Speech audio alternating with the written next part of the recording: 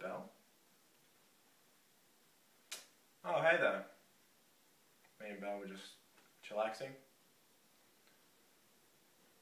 Good afternoon, Mr. Moore, classmates and distinguished guests. I'm going to talk to you about cattle grazing.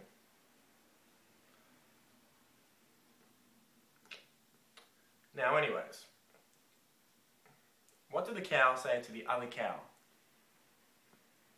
What's that, you ask? Well, I've got the answer for you. Got milk? Get it? Well, now that the ice has been broken, let's get into it. Alright, Belle, shoot. Goodbye, minion. Belle, go over there. Let me do my presentation. Good girl. Sorry about the delay, class.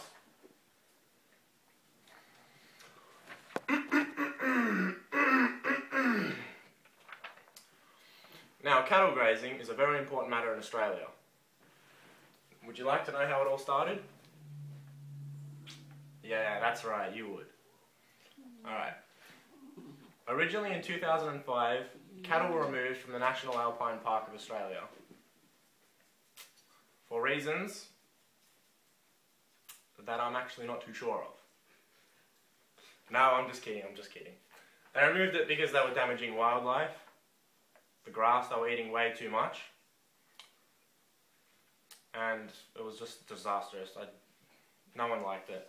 It was a horrible situation.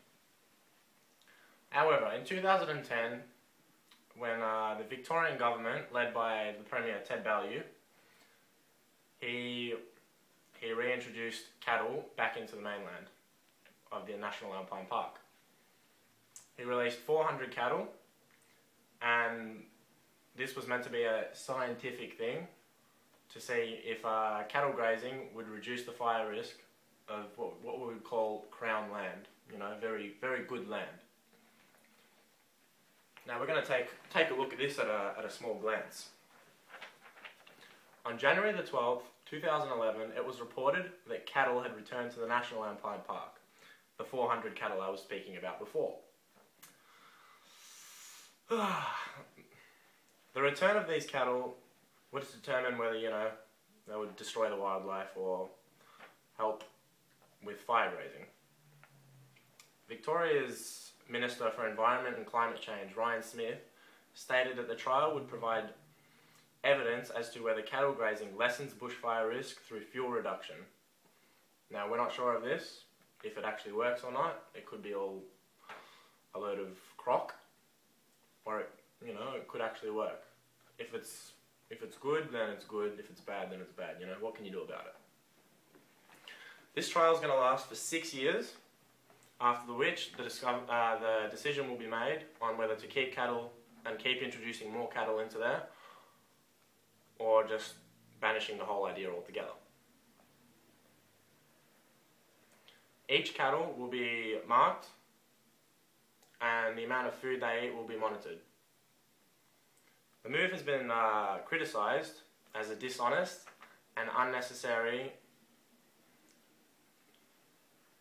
by the range of environmentalists.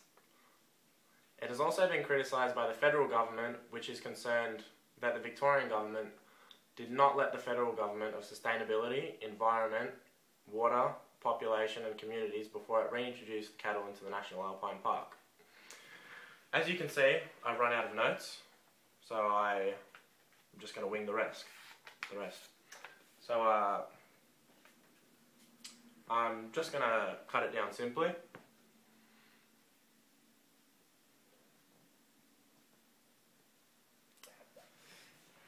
Are you ready for this? Hopefully the camera is all good on me, because I'm recording this all by myself. Alright. Australia's wildlife, should I say, my bad, is at danger. Every summertime, we have hazards, fire hazards. They're extremely dangerous and very harmful to everything. If this is not stopped, Australia will get more and more damaged every single year. This is a very important issue. It actually makes me upset. Now this is important. If this study works, and we can see that cattle grazing actually works, we can use this all around the country, possibly even all around the world. It could be revolutionary. It could actually change the world. It's not seen as a big issue, you know, like climate change or world hunger or problems like this, but nonetheless it's still very useful. I hope what I'm saying is coming across to you as very important stuff. The one problem with cattle grazing is it damages a lot of the wildlife in the National Alpine Park. Many species are getting close to extinction from what I've read up, which is obviously not a good thing. We don't want any species being damaged or eradicated. So it's very important. Anyways, it damages the river system because the amount of cows that are on the land are damaging the grass they're eating, pushing dirt into the stream. Therefore, we have erosion occurring. Erosion is not a good thing, as we all know. And streams are getting less and less due to the amount of dirt being pushed into them. On the plus side, this could be very, very useful. Now I have one thing to show you before I leave.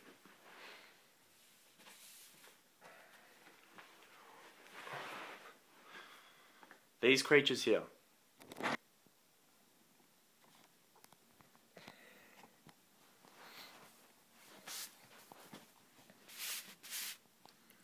Here we have cows. These creatures here could possibly save our National Alpine Park, and a revolutionary idea could come across. These are amazing creatures. They're very placid. Look at that cow, that's gorgeous. They're very placid animals, but they do so much. Now, thank you for watching my presentation. It was nice presenting it. Now it's time to move on to the next presentation. I'm Alex Leader. Thank you for watching.